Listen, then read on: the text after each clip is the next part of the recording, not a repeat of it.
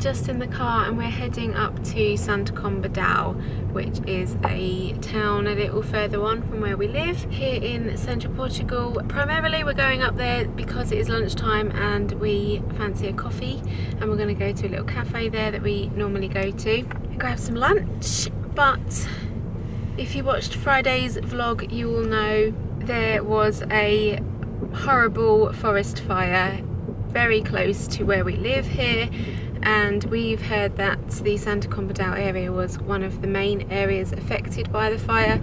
So we were going to go and see what's happened up there and get some perspective on the situation. It has thankfully rained very heavily for the last 2 or 3 days, so if you watch the weekend vlog you'll see the day after the fire it actually had a big storm and damped everything down. Again, last night there was a lot more rain and it was lovely to hear it and to see it coming down, knowing that it is putting out all of the fires and any last remaining bits of smouldering ash that may have been around. And it has also lowered the temperature. It's 16 degrees today. The day of the fire it was actually 32 degrees, so that is a massive difference. As you can see, the skies are looking quite nice again now with all these puffy clouds. This morning Jay and I have both been getting some editing done on the story. We actually had an hour-and-a-half's nap this morning, so that was really good. She's had her lunchtime bottle, so she is quite happy sitting in the back there, and we thought it would be a good time to go out while she is nice and refreshed from her nap. Hello. Hello. How are you today? I'm not on point because I was up until 3 o'clock in the morning last night working, so I'm quite sleepy.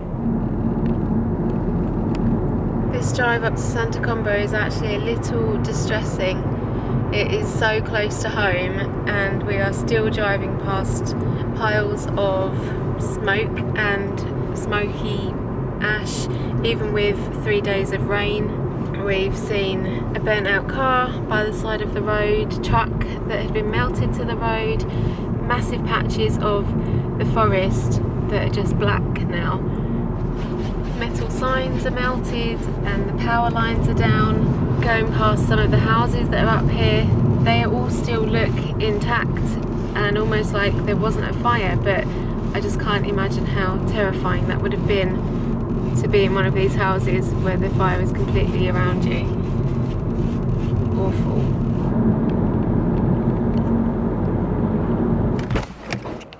Hello. We've both had our coffees now, we're feeling recharged, and we're just going for a walk around town to see what else is here. When we were inside the cafe, I was considering filming, but I turned off the camera because people were in a bit of a somber mood.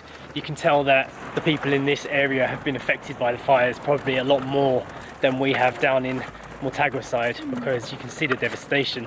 Yeah, there was no noise apart from a few low chatters. The TV was off, there was no music on. No laughter. Yeah, no smiles today. Yeah. Normally the waitresses are quite friendly, but they were very low. Yeah, low key. We're walking through the north side of town here, and there doesn't seem to be any burnt trees around. The fires obviously didn't reach up this way. This fire has been much talked about on the internet over the last couple of days, and the general opinion of pretty much everybody is that these fires must have been started by man, because it's very, very unlikely that so many could have happened just by chance. And a lot of people are just confused as to why anybody would do it, including us. So yes, it's a little bit of a mystery here in Portugal why and what reason anyone would be doing this. My Portuguese friends told me that the fires this year have covered the size of Greater London 2 times over. And when we were looking at a map the other day, the fire that went off a couple of days ago near our house was one of the biggest areas. We were really in the thick of it and we didn't even realise it until the last moment. So we did get very lucky. On a positive note, that looks very pretty. Santa Combadão is a nice looking town. It's a nice looking building, I've never seen this before. You saying Eden? Should we go home and see her? Just got out of the car to see some of the disaster up front. This is what we saw on the way up the hill. Makes you think what the story is behind this. Absolutely obliterated. Somebody's obviously abandoned this here during the fire, but where did they go? It's quite unnerving. Just take a second to imagine this. Look at the extent of it. Absolutely everywhere I look is completely toasted. Both sides of the road as well. You couldn't escape. There's a village over there, Val de Parades, and looking at it, it's been hit pretty hard.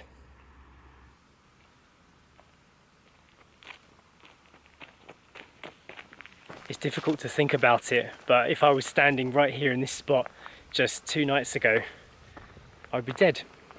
You can't survive this. This is the aftermath. This place here is still on fire. Looks like this dude's trying to save what's left. The lorry trailer's melted. Home sweet home. I have returned today with a new perspective. Like I said, we were going out to do. Looking around us now and looking at the types of houses that were affected by this fire and the situation looking around now, it's eye-opening. I mean, luckily our village is mostly stone and there's not much greenery, but in this garden itself there is a tree that's pretty much touching the house. You've got all the ivy up the side here. We've got trees at the end of the garden and there's lots of trees all around. If these hills here around the house were on fire, I definitely would have been in a state of panic then. It's difficult to think about. Not something you really want to think about.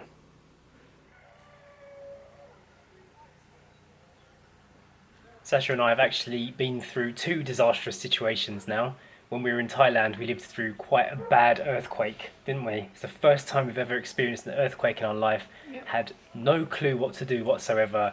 Again, we were lucky. Our house was fairly sturdy, but the houses around were all falling down. And we did have damage in the house and cracked walls, and that was really scary. And until the power came back on, we had no clue how to research even what you're supposed to do in that situation. So we were pretty helpless, but we got lucky. Now this other disastrous situation has come to our home, and it's made us look into more and more what to do in this kind of situation, or what to prepare for if this was your home. Following this huge fire, there's been quite a bit of talk online from potential expats saying whether they should actually buy a house here in Portugal now because of the situation. I mean, this is the 3rd big fire of the year now, and it's making people uneasy about buying properties.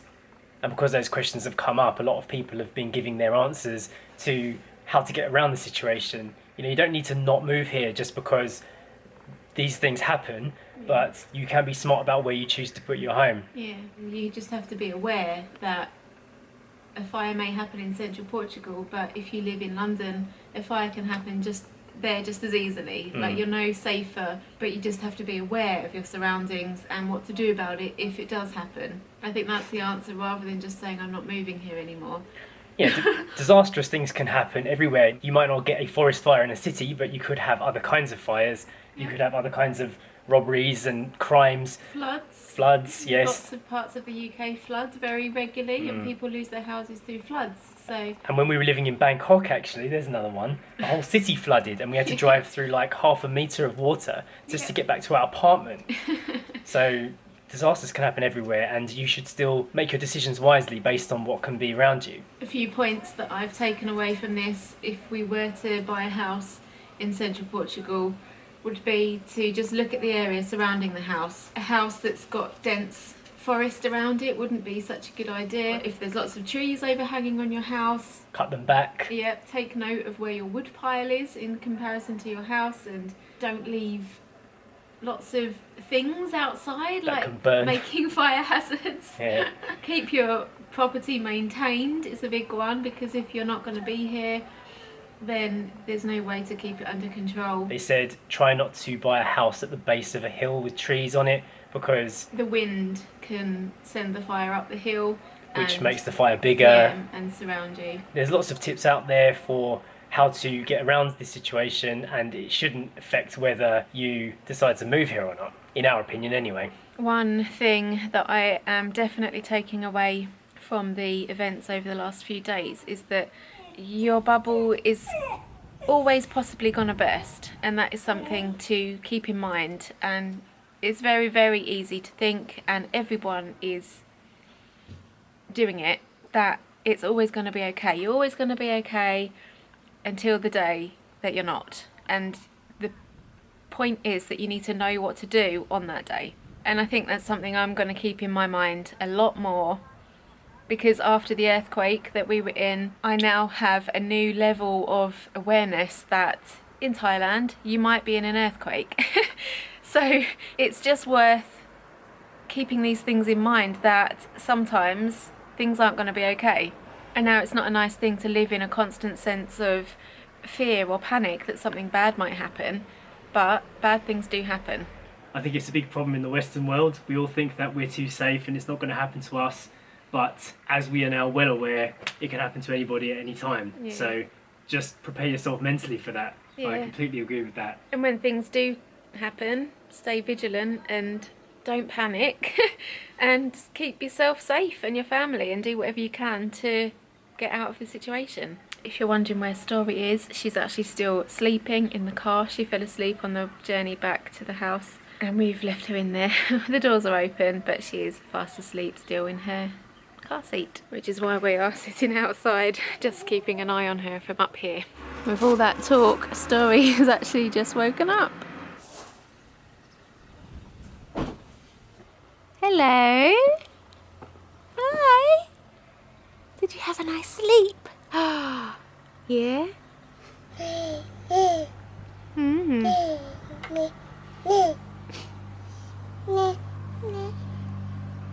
Would you like to go and have some bananas now? Is that a no? Alright, Story, I won't say bananas. I'm back. Bananas! Oh!